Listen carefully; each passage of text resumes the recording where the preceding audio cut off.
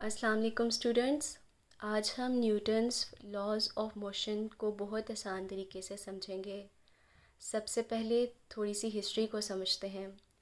इसहाक Newton जो कि England के एक फेमस साइंटिस्ट थे, उन्होंने ऑब्ज़र्व किया कि चीज़ें क्यों मूव करती हैं, क्यों रुक जाती हैं और मोशन कैसे चेंज होता है। फिर उन्होंने 3 इम्पोर्टेंट लॉज बनाए जो आज पूरी फ़िज़िक्स की बेस हैं। आज हम जो भी देखते हैं, कार्स, बसेस, प्लेन्स, रॉकेट्स, सब इन्हीं लॉज पर वर्क करती हैं। सबसे पहले हम न्यूटन का फर्स्ट लॉ ऑफ मोशन आज की वीडियो में समझेंगे। इसको लॉ ऑफ इनर्शिया भी कहते हैं। इसकी सिंपल सी डेफिनेशन है कि an object at rest remains at rest and an object in motion remains in motion unless acted open by an external force. इसका सिंपल सा मीनिंग है, इस डेफिनेशन का मतलब ये है कि अगर कोई चीज़ रुकी हुई है तो वो रुकी हुई रहती है, और अगर कोई चीज़ चल रही है, मूवमेंट कर रही है, तो वो मूवमेंट करती रहेगी, वो चलती रहेगी जब तक कोई फोर्स उस पर अप्लाई ना की जाए। इसको हम एक इजी एग्जांपल के साथ समझ लेते हैं, बस की एग्जांपल के साथ, कि एक बस मूव कर रही है 16 किलोमीटर पर आवर की स्पीड से और आप उस पर बैठे हुए हैं, तो आप भी 16 किलोमीटर पर आवर की स्पीड से मूव कर रहे हैं। अब यहाँ पे मोस्टली जो स्टूडेंट्स हैं उनका क्वेश्चन होता है कि बस मूव करी है, हम तो उस पर बैठे हैं, हम तो मूव नहीं कर रहे। तो ये अगर बस मूव कर रही है और अगर आप उस पर बैठे हैं, तो आप देखने में यही लगता है कि आप बैठे हैं, आप रेस्ट कर मोड पे हैं, लेकिन आप रेस्ट मोड पे नहीं होते, आपकी बॉडी भी मूव कर रही होती है अकॉर्डिंग टू बस स्पीड। अगर बस 16 किलोमीटर पर आवर की स्पीड से चल रही है तो आपकी बॉडी भी 16 किलोमीटर पर आवर की स्पीड से ही मूव कर रही है।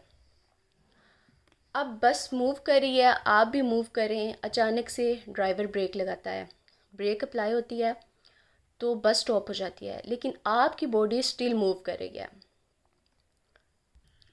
अब यहाँ पे क्वेश्चन आता है कि अगर बस रुक गई है तो हम भी तो रुक गए, क्योंकि बस चल रही थी तो हमारी बॉडी भी चल रही थी, और अगर अब बस रुकी है तो हमारी बॉडी भी रुक जानी चाहिए।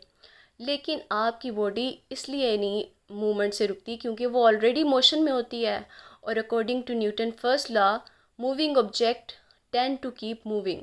जो चलती हुई ऑब्जेक्ट्स होती हैं, मूवमेंट वाली ऑब्जेक्ट होती हैं, वो टेंड करती हैं मूविंग को, वो चलती रहती हैं, वो रुकती नहीं है अनलेस कोई फोर्स अप्लाई ना हो।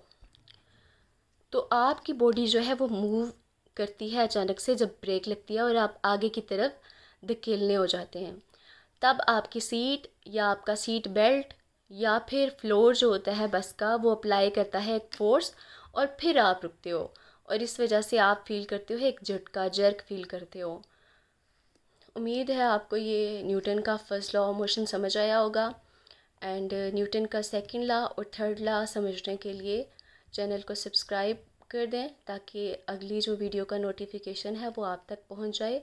और अगर आपको वीडियो अच्छी लगी है तो काइंडली लाइक इट, और अगर कोई क्वेश्चन है या फिर आप किसी और टॉपिक पे वीडियो चाहते हैं कि मैं बनाऊं, तो काइंडली कमेंट्स में अपनी राय का ज़रूर इज़हार करें।